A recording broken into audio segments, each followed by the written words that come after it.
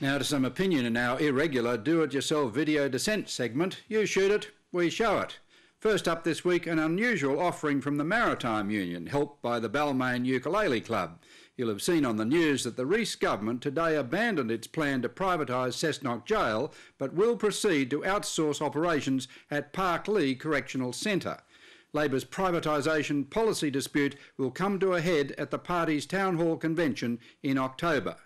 The government is also keen on privatising Sydney's ferries, at least the operation of them, and that's where the MUA and the Balmain Ukulele Club come in. Here's their contribution to the debate, set, by the way, to the melody of the German World War II song Lily Marlene.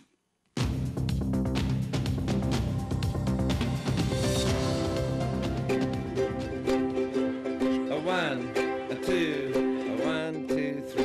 To whom it may concern this week at Transport Ministry regarding sale of ferries as a possibility.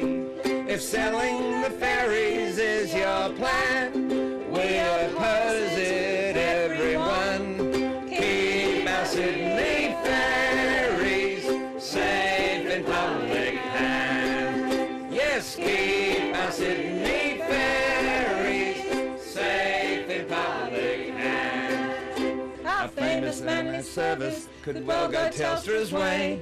Why should we sell when we've already paid for a public transport system? We will fight to try and sell. It's just not right. Keep our Sydney ferries safe in public hands. Yes, keep our Sydney ferries safe in public hands. So, ministers of transport, please do think again.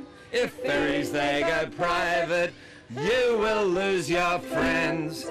Think of the election and the heat, you'll end up losing lots of seats. Keep our Sydney ferries safe in public hands. Yes, keep our Sydney ferries safe in public hands. Keep our Sydney ferries safe in public hands.